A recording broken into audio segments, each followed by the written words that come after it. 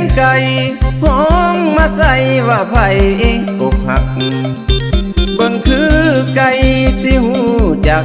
ว่าเฮาอกหักผู้สาวเฮานี่เจ้าไปแต่งดองย้อนสินสอดทองของเขาคนมีเจ้าลืมสัญญาที่มีเว้าคืออีหลีสาบานซื่อ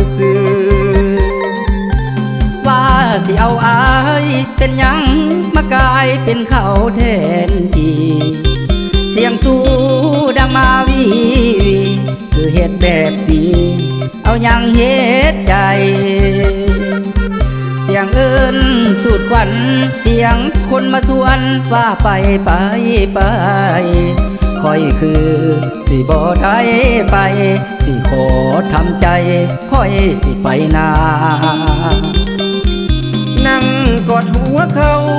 พันละนาเจ้าก็ยังบ่ออกเป็นหยังมาสับขาหลอกทั้งที่น้องบอกว่ามีแต่อายหรือน้องจำเป็นแต่สิ่งอายเห็นจำต้องลาภายเจ้าบ่าวนั้นบ่แม่นอายบ่คือปีกายบอกฮักทุกมือขอลาเด้อสิขอลบเบอร์ลบใจจากเจ้า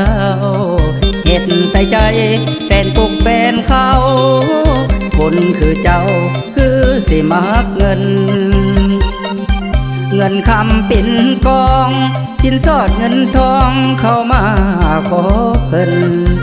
ผู้เก่าเจ้ากะบ่เซินเจ้า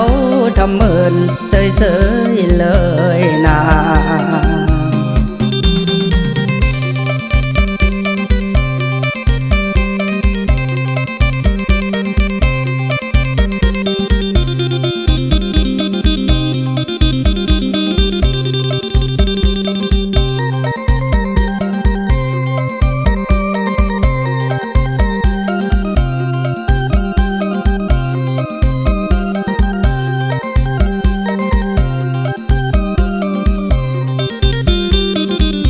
นั่งกอดหัวเขา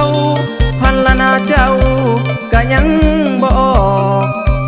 เป็นหยังมาสับขาหลอกทั้งที่น้องบอกว่ามีแต่อายหรือน้องจำเป็น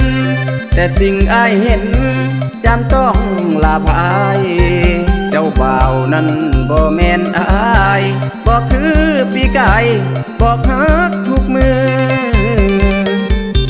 ขอลาเด้อสิขอลบเบอร์ลบใจจากเจ้าเห็ดใส่ใจแฟนปุกแฟนเขาคนคือเจ้าคือสิมักเงินคำเป็นกองสินสอดเงินทองเข้ามาขอเพิ่นผู้เก่าเจ้ากะบ่เซินเจ้าทำเมินเสยเลยนา